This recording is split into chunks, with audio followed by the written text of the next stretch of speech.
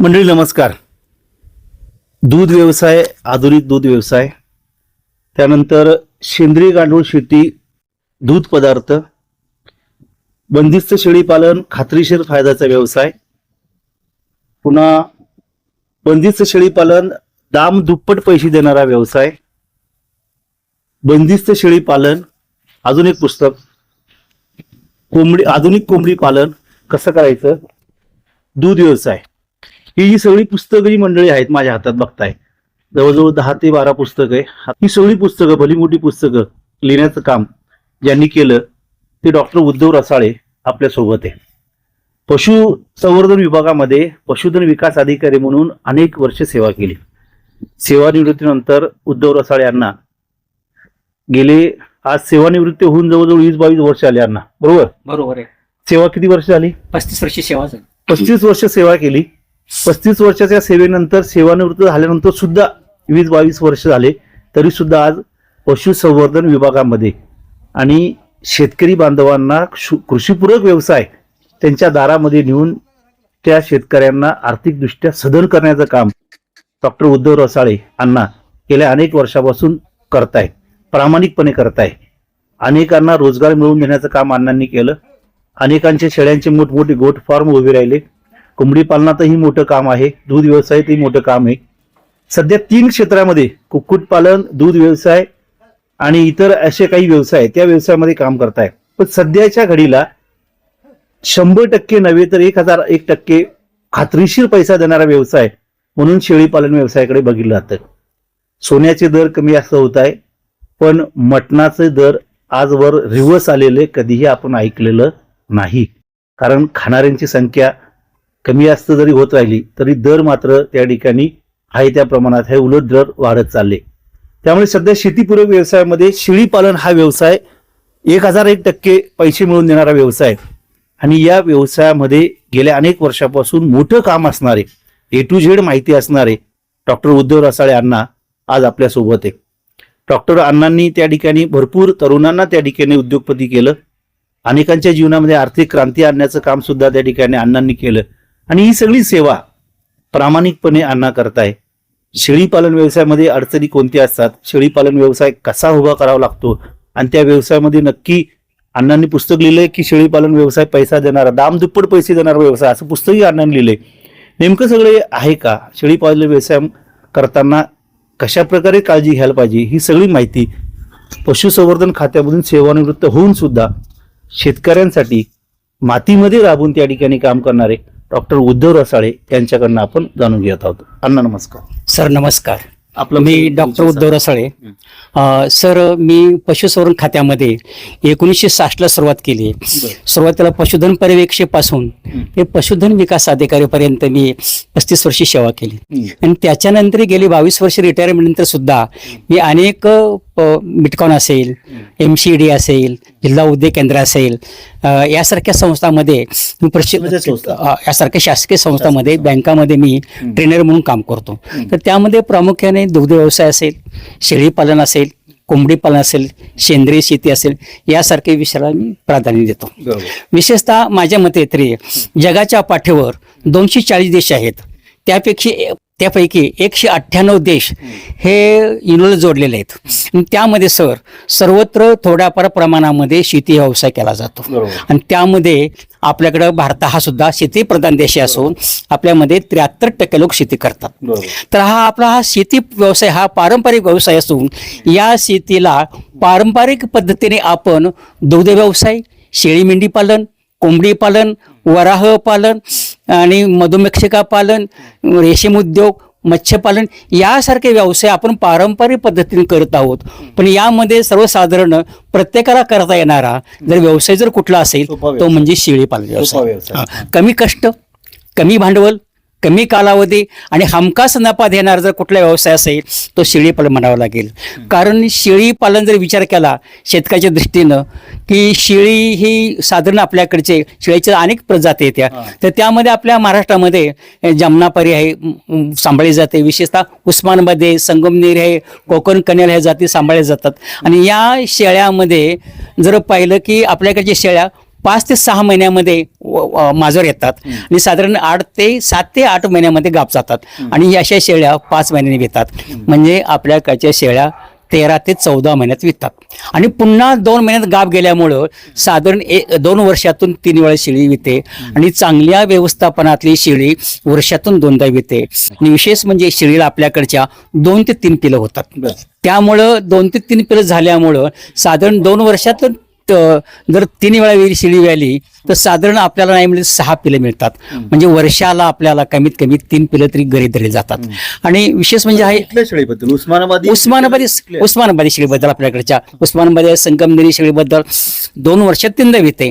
म्हणजे एका वेळा म्हणजे वर्षाला सरासरी केलं ना तर 3 पिलं ही मिळतातच आपल्याला.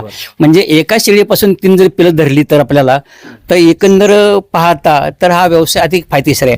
आणि महत्वाचं म्हणजे शेतकऱ्याच्या प्रत्येक मालाचे दर चढतात उतरतात, कुठे हमी भाव नाही.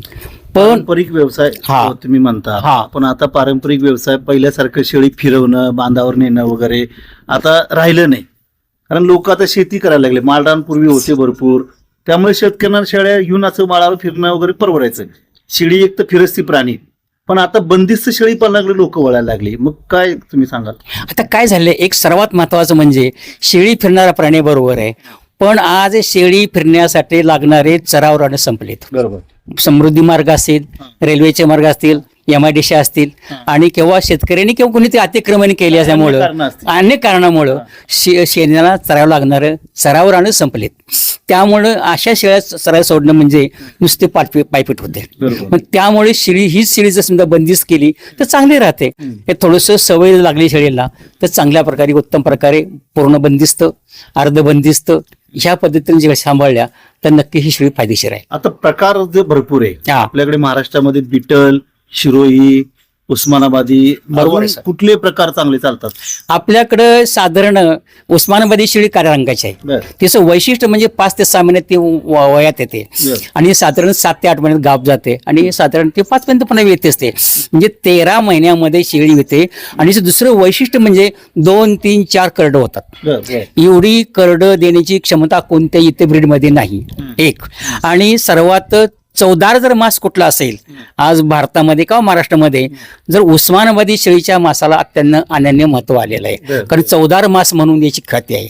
आणि अशा त्यामुळं की या शेळ्याच्या मांसाला, काही शेळ्याच्या पालनाला या शेळ्यांना सर्वत्र मागणी असते. बिटल आणि शिरोईची पण गोट फॉर्म वाढायला लागले आहेत. बरोबर आहे. आता शिरोईचं काय झालेलं आहे, शिरोई ही जरी असेल पण शिरोई रंगांत आज काही व्यापारी काय करतात तर शक्यतो उस्मानाबादी निवड करतात.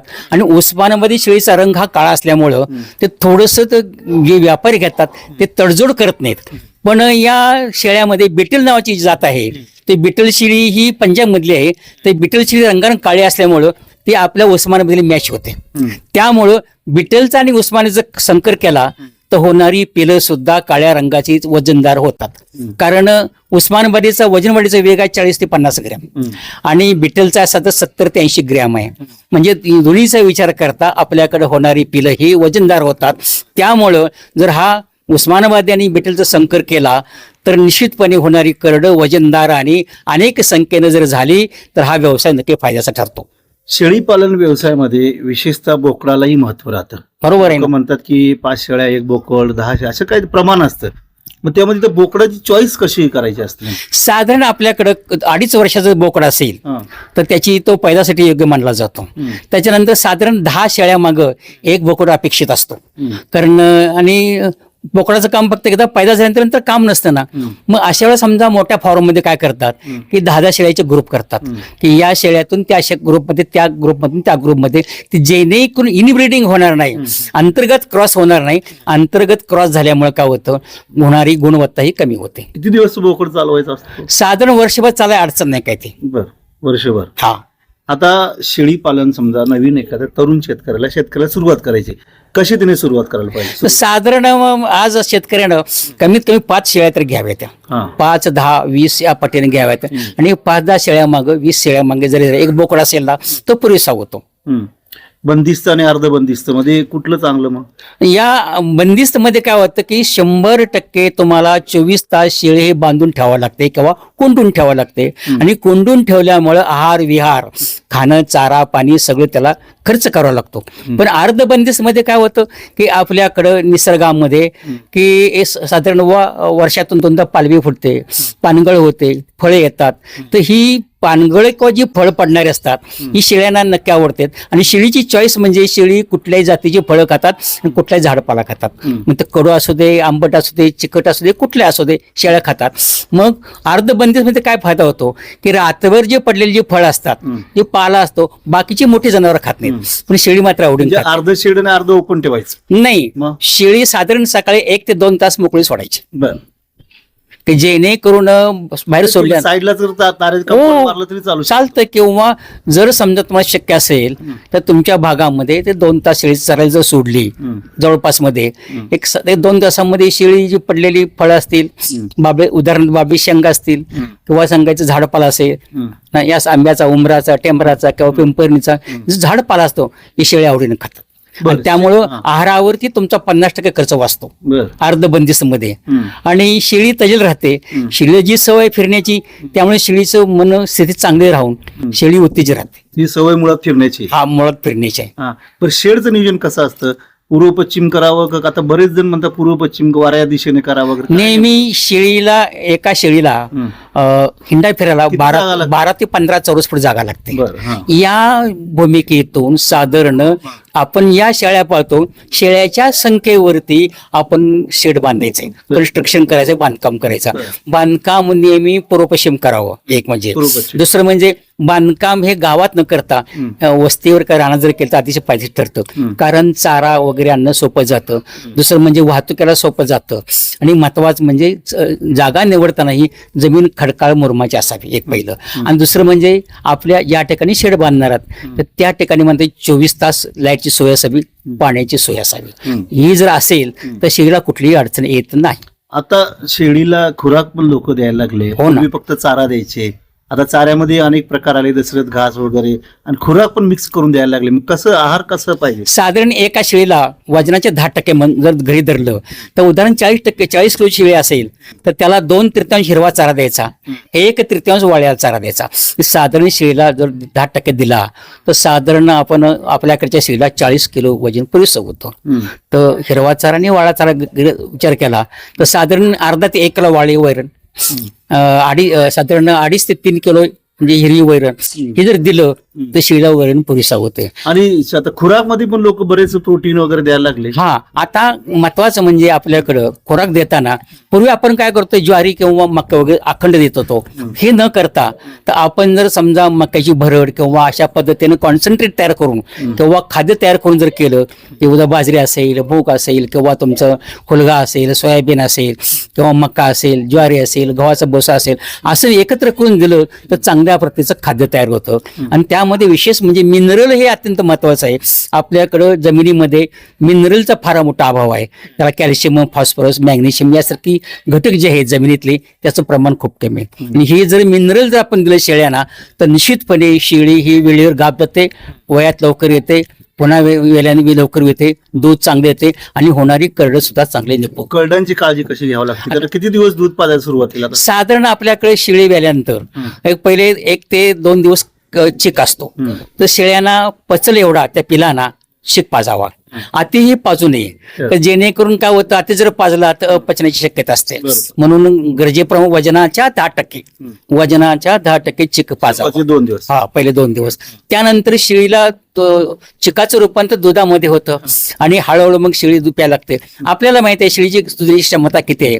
समजा एका शेळीला 2-3 पिलं असतील आणि शेळीला 2 लिटर दूध असेल तर त्या दृष्टीनं वजनाच्या 10% गृहीत धरून आपण पिलं पाजली तर शेळीला नक्की मान होतं, एक पिलांना नक्की मान होतं. आणि महत्वाचं म्हणजे या पिलांना दूध पुरेसं होतं. आणि असं दूध 3 महिने जर दिलं तर पिलांना बाहेरून देण्याची फारशी गरज भागत नाही. 3 महिने जर दिलं म्हणजे थान तुटी होतात, बाहेरून देण्याची फारशी गरज भागत नाही.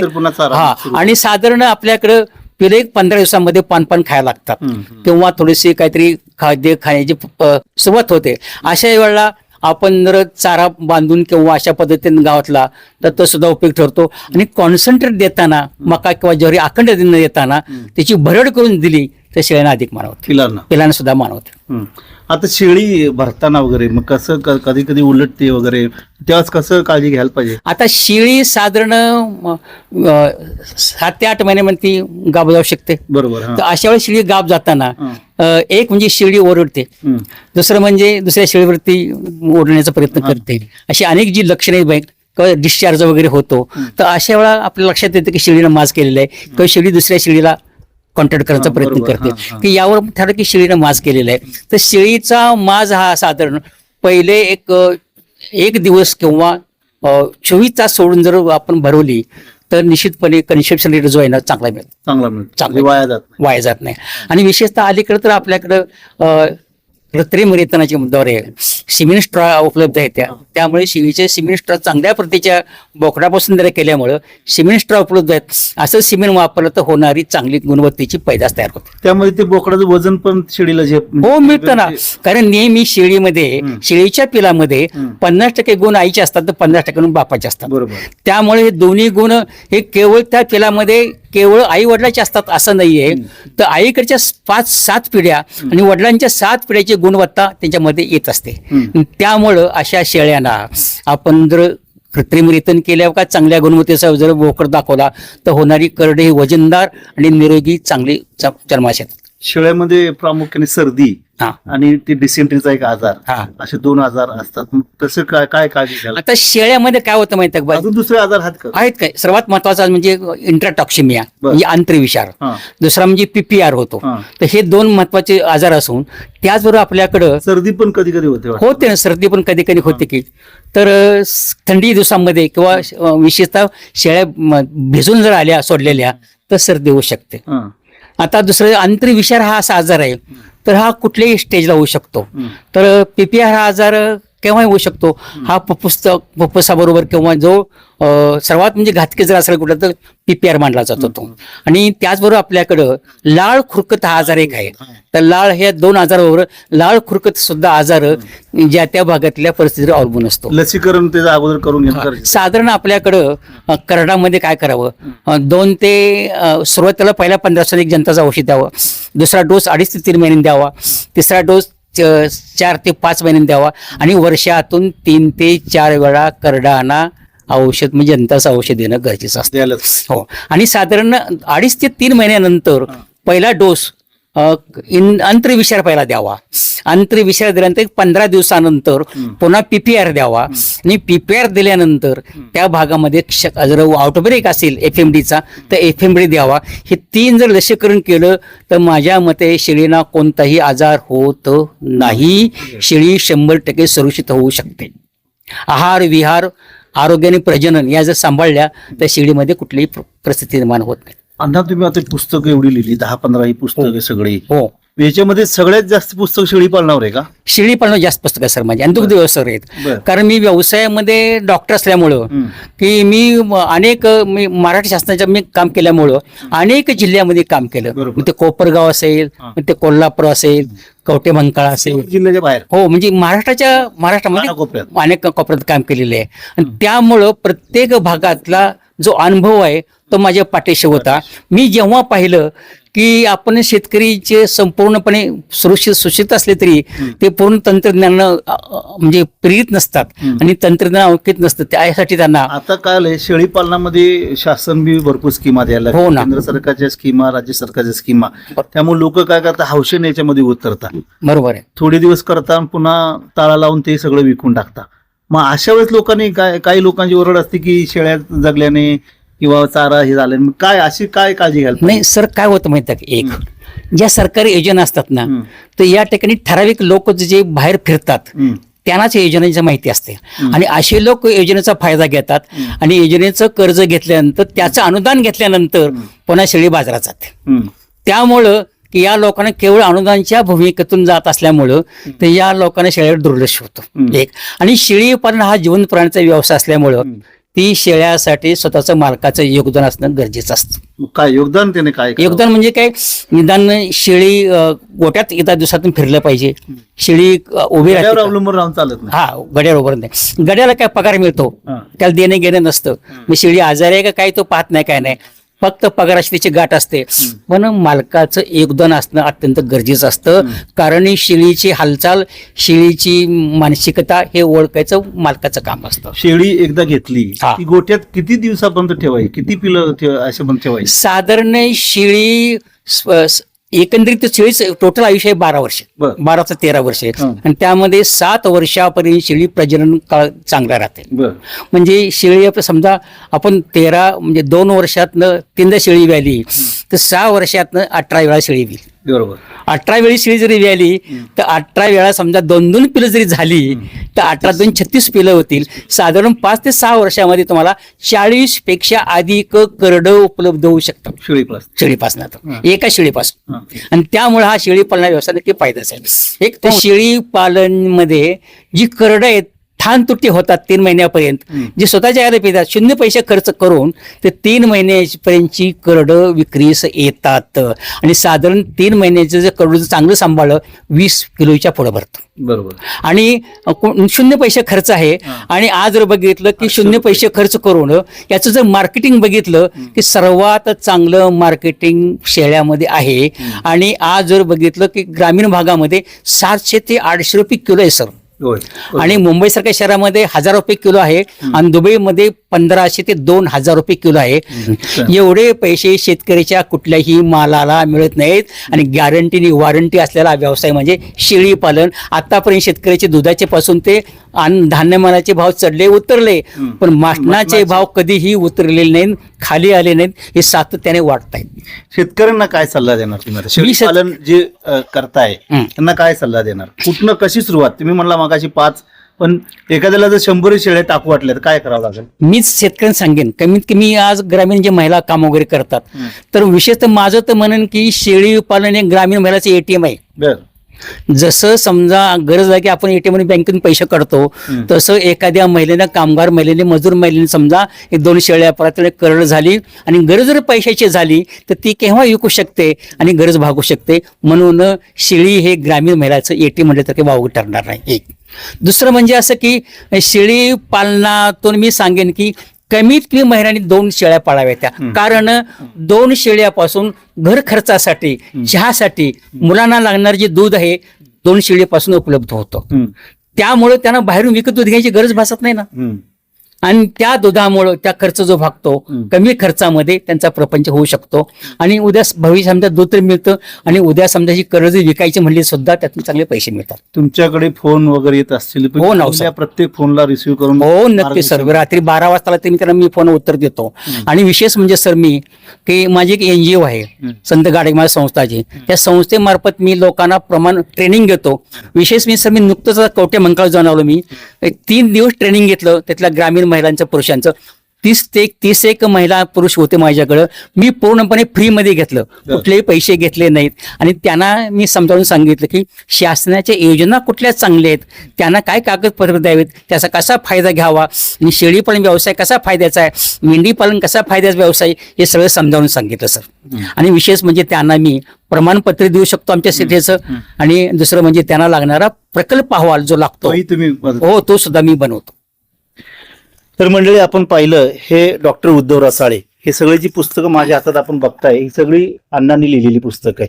सेवानिवृत्तीनंतर अनेक वर्ष झाली ते अण्णा काम करताय. त्यामुळे अनेक गोरगरीब शेतकऱ्यांचा आशीर्वाद अण्णांच्या पाठीशी आहे.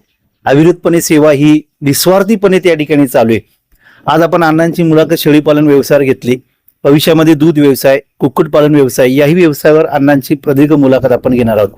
ज्या शेतकऱ्यांना शेळीपालन व्यवसाय करायचा असेल, आम्ही आमच्या स्क्रीनवर नंबर दिलाय अण्णांचा, त्या नंबरशी जर आपण कॉन्टॅक्ट केला, एनीटाइम कधीही फोन करा, सखोल शेळीपालनाविषयी मार्गदर्शन त्या ठिकाणी मिळेल. शेळीपालन व्यवसायामध्ये तुम्ही जर तन मन धन लावून उतरला तर नक्कीच शेळीपालन व्यवसाय हा तुमच्यासाठी ATM रूपाने मदतीला धावून येईल. मंडळी, शेतीविषयक असे नवनवीन व्हिडिओ, अशाच नवनवीन यशोगाथा आपल्याला रोज पाहायचे असेल तर आमच्या चॅनलला सबस्क्राईब करा, बेल आयकॉनवर क्लिक करा, जेणेकरून वास्तव असणाऱ्या यशोगाथा आपल्याला पाहायला मिळतील. धन्यवाद.